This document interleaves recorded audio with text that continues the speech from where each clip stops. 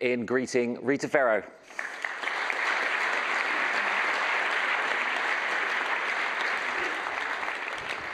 Nice sizzle. Sizzle. Yeah, nice sizzle. Oh, sizzle, chisel. Why do you keep calling it Sizzle. shizzle? Yeah, sizzle. Very good. It's great. How are you doing? I'm great. How are you? Yeah, all right. Thank you for having me here, by the way. Absolute pleasure. I wanted to be here last year, as you know, so we very quickly blocked the dates this year to make sure I could be here, so thank you. We did actually agree on that in January, didn't we? Absolutely, we did. But I believe last year was because you just launched the Disney day Plus. before, was it? The day before. It was the day before. That was so much fun and so much chaos all in one. And the fact that you did that, anyway, that chat at that time, that's all right, we can still hear you. Perfect. Yeah. I'm just going to hold on to it because I had the same issue happen backstage. And of course, with Disney Plus it's in Canada and you launched that about a month ago, and we're going to come on to that in a moment. Yeah. But we're going to start with, we've got some slides, haven't we? We're going to start with having a look at the sort of macro TV marketplace. Yes. So again, this should work. Oh, there you are. Okay, just in case you've forgotten. So, do you want to talk us through some of these, and do you want me to keep clicking through? Do you want to talk as they go on? Click through. I'm not sure exactly how these play out, but this is a perfect slide, actually. Okay. So, from a marketplace perspective, and we'll talk about macro, and then we can talk about streaming. We're having a really good end of year. I think this was a challenging year overall, but I think from an overall business perspective, we're really in a good place, anchored really in sports and streaming. And when I look across our businesses, you know, we continue to have tremendous value because advertisers come to one place to buy across sports, streaming, and broadcast television, which at the end of the day are the key drivers of engagement, of audiences, and we're able to leverage that. And then on the streaming side, as you said, you know, we're in our 1-year anniversary of Disney Plus. It has gone extraordinarily well. I think we planned to have a rollout that was thoughtful, understanding technology and understanding the adoption rates and how clients have to, you know, understand how they come into the platform, but also how audiences sign up for the platform. We've had tremendous growth on that. 50% of new customers that come on in the US, these are all US stats now. Yeah. Because we're too new internationally, but next time I talk to you, I'll have global stats for you. But 50% of the customers who sign up for Disney Plus now are signing up for the ad tier. And when I look across the last metric, that's the new people signing up. New people signing up. Half of them are picking ads. All new subscribers, 50% of them are choosing the ad tier. Because sometimes when I go to US events, and it's said less in Europe, they go, people don't like ads. But do you know what? They don't mind ads when it's they don't mind free ads or when discounted. It's, well, and it's the right advertising experience, the right ad load, and the right ad policy. And we can get to all of those things because I think they're really important. Yeah. But I think, you know, we were very thoughtful when we announced that we were going to launch an ad tier, that we knew how long it was going to take to do it right? Yeah, so there's other people who said, we're going to launch an ad tier launch, and then they don't have the ad tech stack that we had because we had Hulu for 15 years prior. And we understood audience adoption of ad-supported tier, but also engagement. So what we've seen also is from March to September, engagement on the ad tier grew 35%. And so what does that mean? It means we have more subscribers spending more time on an ad-supported tier, which we have only 4 minutes an hour of advertising on. And we have an ad load that is, you know, no more than 12 ads, no more than 2 ads per day from the same brand, and no more than 12 per week. And so we're very careful about the advertising experience. That was to start. We've now, a year into it, rolled out now all of the ad targeting that we had on Hulu, right? So you have parity on ad targeting, so we can sell audience segments across the full 2,000 segments we have, although there's really 150 that do really, really well, and those 150 segments are really the majority of our business. And how they perform is really important because it allows clients, when they're looking for scale in streaming, and that's a really big issue in terms of, you know, if advertisers are going to move money, they want to make sure that they can deliver that across an ecosystem that's actually going to deliver. Yeah. Right. And so the beauty of what we had with Disney Plus when we launched in the US is that we had the scale of Hulu, the scale of ESPN Plus, and now the scale of Disney Plus, and together all 3 products allow partners, you know, to deliver you can effectively buy across all those streaming across assets. all those and across all of our so people can find businesses. The audiences based on the segments across it. You've unified that. Absolutely. We're going to talk about something. We're going to have some like sort of myth busting and talk about something that's a little bit unfashionable. Great. I love myth busting. Yeah, linear. Yes. Is still huge to so many businesses in Europe. We can get very bogged down and going streaming CTV because they're very fashionable terms, but linear is still huge for you? It's 50% of our business. Right. 50% of our business is streaming and 50% is still linear. Is it, when you say 50%, is that the viewership or is that the income? That's revenue. Revenue? Yes. Yeah, so it's huge. And of course, within, if you're taking just the US, for example, you've still got households with no broadband, right? They're just receiving linear signals. Absolutely. Absolutely. But we forget about that a little bit, don't we? Yeah, I think, you know, like everything, it's sexy. I think there's also the opportunity, you know, the level of targeting, measurement, innovation that's happening in the world of streaming continues to pull opportunity away from linear, no question about it. And if you look at our entertainment business, it's moving faster on the sports side because sports is live and big. It's still, a lot of it is still happening in a linear environment. Yeah. That said, I think when I look around the world, for example, you know, we look at we just recently finished the ICC World Cup in India. Yeah. And it was incredible and broke records both in linear and on streaming. And, you know, simultaneous streams, over 50 million simultaneous streams on our Hotstar platform, but yet on linear at the same time broke records of audience sizes as well. So there is an opportunity when we look across the marketplace to do both and do them well, because they're incremental audiences, right? So when I look at our linear businesses, average age somewhere between 50 and 60 for the same show. When it's on a Hulu or a Disney Plus platform, it's like 25 to 35, right? And so that opportunity is about incremental reach, and that is what advertisers are looking for, right? Deduplicated incremental reach. So on that, it's very obvious that obviously TV has a eyeball issue going on globally. There's no two ways about it. Generally, the linear declines are not being matched by the digital eyeballs. It's going to change. We're in this hybrid world at the moment, but also a demographic problem. How are you dealing with the demographic issue? That classic demo that advertisers so desire, which is in UK, one of the demos is 16-34. It varies around the world, right? It's in that the US, younger it's demo. mostly 18 to 49, I would say. But I mean, we're dealing with it in that there's value in, it depends on the show, and it depends on how the media mix happens with whatever brand or partner. Yeah. There's clearly advertisers who favor linear. Pharmaceuticals, for example, is a great example. But are starting to spend more on streaming platforms, right? And so I think it's going to be, you know, the beauty of having it all. Oops, sorry, I hit the microphone and they had told me not to do that. The beauty of having one ecosystem that we have today at Disney is that we can actually take the audience segments that we've built with the data through streaming and actually leverage it for our linear businesses, right? So data-driven linear that is informed by this Disney Select audience graph that we have. The more we're able to do that, we can actually look at, because again, it's about reach and incremental reach and making sure that you're getting the audiences that are delivering across the platforms that matter to the advertiser. And by the way, linear absolutely still matters. Streaming has high growth. There's a lot of companies trying to get into the streaming game, and if they're not in the AVOD business, they're in the FAST business. And you know, the FAST business is interesting, but it's not a registered environment, so you don't have data and targeting in the same way.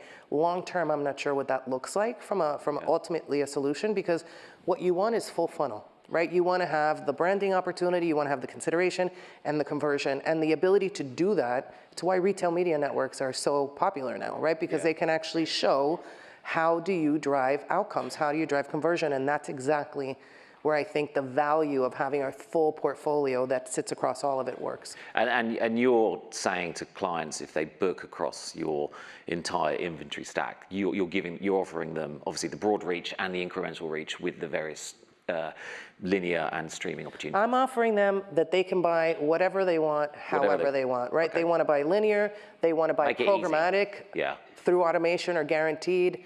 They want to use our self-service tool, they can do that. The beauty is flexibility and optionality across the best content on the best platforms at scale. Okay, good plug that. You mentioned the overall AVOD market and more players coming on. You touched on FAST there. Sort of inspired this question. What's your sort of future gazing? How does that look to you? Can we accommodate all these players? Or well, not us. I mean, can the market accommodate all these players? You know, that's the debate that happens every day in every agency that we walk into. And you know, it's fascinating. I was having this conversation with my team the other day. I go, you walk into agencies and it's like there's like a energy and a thing in the lobby that never existed before, and it's because there's so many new platforms, everybody's shaking the can for 2 cents. I don't know, ultimately, in a world where the environment is going to be about not walled garden, but hedges around the opportunity to make sure you have interoperability with measurement and platforms and distribution and again scale. I think ultimately you're going to see consolidation because there's no way that all of these players can continue to exist without multiple revenue streams, right? And so I do think that you're going to start to see that in the next 12 to 24 months pretty aggressively. Do you describe your Disney World as a walled garden? No, more like a hedged garden. I don't think it's a walled garden. Yeah. We talk about fences, hedges, walls, loads here. Yeah, I think because we have our own tech stack. Yeah. But we are totally interoperable with 30 DSPs in the market, with all of our measurement partners, with all of our clean rooms. We have 140 clean rooms set up across the marketplace, whether direct or through agencies. And so we've created the environment to allow people to buy however they want. And if that means buy directly with Disney, great. And if that means buy through one of our DSP partnerships, because that's the way they want to buy it, great. We don't care. You can wall it, but you can also make it interoperable with all these other tech services, tech stacks. Yeah. Okay. We are talking a lot about being effective outcomes and all that sort of stuff. I came back recently from a US event, and it is actually terrifying how little that word is used when you talk about marketing. Effective? Obviously, effectiveness. Yeah, they just don't seem to. No, it's not a buzzword over there. I would say that I hear it often. No, it's instant results, and that's the way the sort of TV seems to be going, rightly or wrongly. How do you ensure with everything you're offering that the bottom line here is effectiveness with all your properties, your targeting tech capabilities, and your data offerings? Well, I think it all starts ultimately with the customer and what their goals are. We have, as a team, we're set up around categories, around agencies, and we make sure that, every time we're having conversations with agencies around their customers, we're also talking to the customers. And we've built insights directly. Directly, you've got a big direct team. We have direct teams that talk to categories. Yeah. And the reason for that, I'll give you an example. The reason for that is over time, you would go into agencies, and agencies aren't staffed to handle the volume of business they have all the time, right? So they're always trying to solve for the middle. Mm-hmm. And yet when you're talking to the customer, they have a lot of gaps in terms of the things that they need specific for clients. And so a great example is the privacy around, the pharmaceutical category or the financial services category. Privacy is a big piece of what we do around data and everything else. Mm-hmm. And so having category teams that solved ad products and ad decisioning and vendor relationships that could solve for privacy would allow us to leverage that on all categories where that was important. Location-based solutions is another great one, right? When you think of the car dealerships and retail establishments and quick service restaurants like McDonald's, location matters in terms of the advertising products you bring back. Mm-hmm. And so having category teams that are thinking about endemically what is happening in industry, forget about advertising for a moment, what's happening in those industries and what do we need to solve for?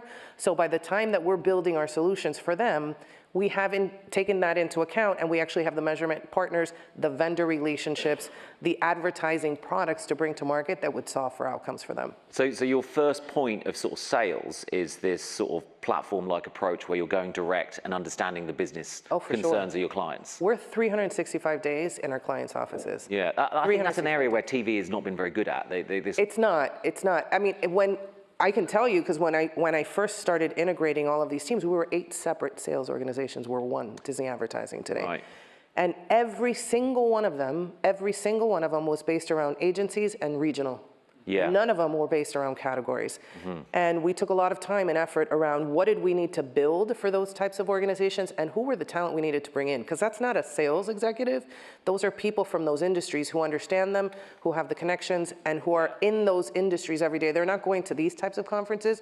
They're at the pharmaceutical rep of the year conference or whatever, right? Like they're in those businesses. Yeah, they're part of the car industry and all that sort of stuff. Right, and that's been super helpful for us. Yeah. Super helpful for us. You're out Googling Google, aren't you? I don't know about that. Yeah. I don't know about that. But that's what they're very, very good at. They are. They're very good at understanding the business concerns. Yep. And you know what? It gives them connections way higher up in the hierarchy. And I think that's where TV have been poor at. That's right. And they've lacked influence as a result.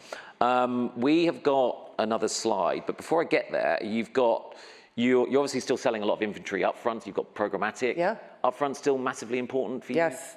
Huge. Absolutely. I've got here 40%. Every year we say, well, 40% on the addressable side, but it's a much bigger percentage on the linear side. Okay. Every year they say they're going to go away, and every year I'm like, great.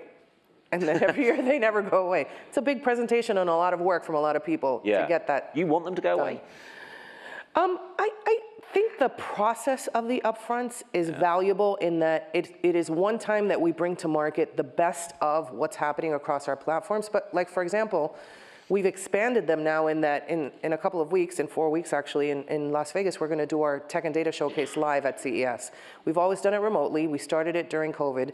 But you know, it's where all of our partners are. It's the place around technology and innovation. And so we decided, hey, let's just do it there in person this year for the first time. All right. So we do everything tech and data in January because all of that we roll out as part of what will ultimately be an upfront conversation needs to be, you know, put into the planning process of all of our partners of how they think they're gonna, you know, buy, how they're gonna allocate funds, what are they gonna use in terms of measurement, what are they gonna come back for from a technology ask that then we can bring to market as part of the upfront. So there's a lot more that happens. It's not only that May show, for example. It's helpful though from a overall business just in terms of anchoring and getting people focused.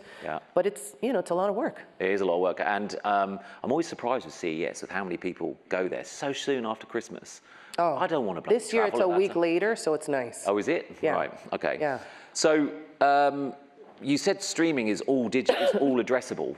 Yes. And linear, I know, is different in the US because just of how it's all set up. So how do you guys define what addressable is? Because it's always different in different markets. So addressable for us is anything that is digital and or leverages, you know, our digital ad tech stack. Okay. Just adding on a layer of data, basically, your targeting is pretty much what your class is addressable. Yeah. Okay. So although we do sell linear addressable, right? Linear addressable deals, and those are not, those layer on data, but those do not run through our addressable business. We would count that though as part of our, And how big is that as part of your overall business? It's small, it's small. I think it was growing faster and then streaming took off. And for us, streaming, you know, again, if you don't have a streaming business, and many players don't have the size streaming business we have, that's an more important business. For us, it's not. For us, it's a business for those who want to take advantage of it, but we really focus on growth in streaming and across our 3 streaming platforms. Okay, so you mentioned it earlier on a year ago. Obviously, you launched Disney Plus ads. We do have another slide here, and let's just see what it is. Let's see. We don't know, do we? This is like ta-da. Have you been through these slides? I haven't. Sure. Oh, look at this one. To infinity and beyond, I definitely haven't been part of these slides. No. But I recognize It's amazing how well prepared we are with this, isn't it? This one clearly talks about creativity. Oh, is it? Oh, let's move on what then. we're doing in innovation around creative. Oh, okay. Yeah, we actually were supposed to talk about that. Okay, fine. We can't find the slides. He's moved on. He's moved on. Disney Plus, you launched. You've been a year into ads on that platform. Great product. I subscribe to it. I'm not just saying that to you. And how's that gone? What's the consumer reaction to it? We mentioned before, people really don't mind. Like Hulu's a great example of the amount of people who switch to an ad product to say, yes, we don't mind ads. Hulu launched with ads. So a little different is Hulu actually launched as an ad-supported tier. Hulu, when it launched, was a catch-up service. That's right. That's right. And so it launched with ads and then eventually launched a non-ad-supported tier. Disney Plus was a non-ad-supported product that eventually launched an ad tier. And it's going extraordinarily well. We have 1,000 advertisers today across our Disney Plus with ads platform around the world. And that, a lot of appetite for it then. People want to be in. A lot of appetite for it, and I think we'll only have more growth. I mean, you can only take what you can deliver, right? And so part of, you know, when we were launching here in EMEA, I remember telling Deb, like, I know we get very excited that everyone's going to want this and every marketer is going to want this, but we have to be thoughtful and manage, the hockey puck that will eventually come, but it's a slow ramp at the beginning because, again, you have to get so many things right. You have to get the product right, the work process flow right, all of the sign-up flow right, and then launching the product. Ads isn't easy, is it? You can't just plug into a programmatic system and expect to make money, can you? I wish it was that easy. I wish you could just press a button and it happens. It doesn't. We just launched Biddable on Disney Plus in the US a year into the business. And that's because it takes a while. You can't sell Biddable if you don't have enough scale in order to do that, right? And so while you would like to get in there, yes, we had programmatic guaranteed, but while you would like to get in there and do Biddable, it wasn't really a business that was thoughtfully could thoughtfully launch until now. And also with Disney Plus, not all the inventory is available to support ads, right? Absolutely. I'm assuming you're not going to do a pre-roll on a Marvel film, for example. We do pre-roll on films.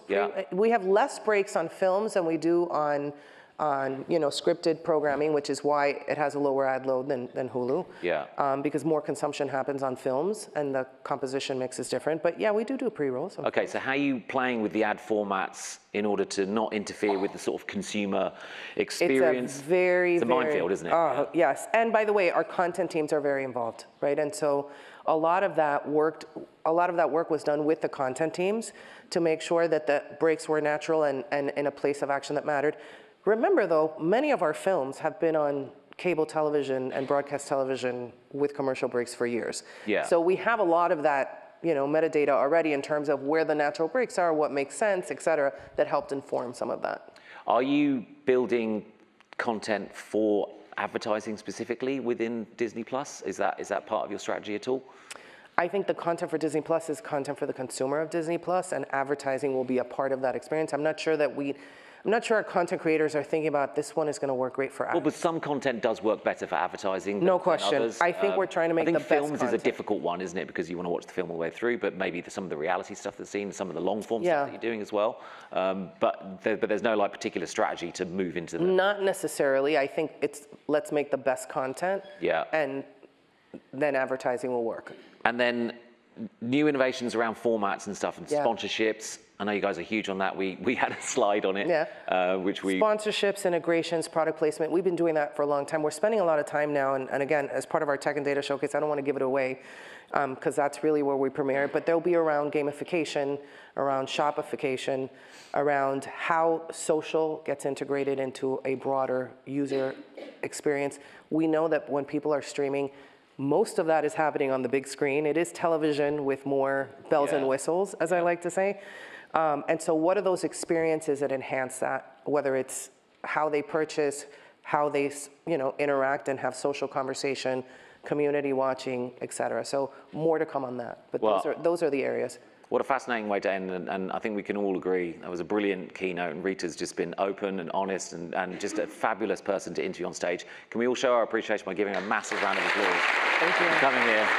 Thank you. What a star.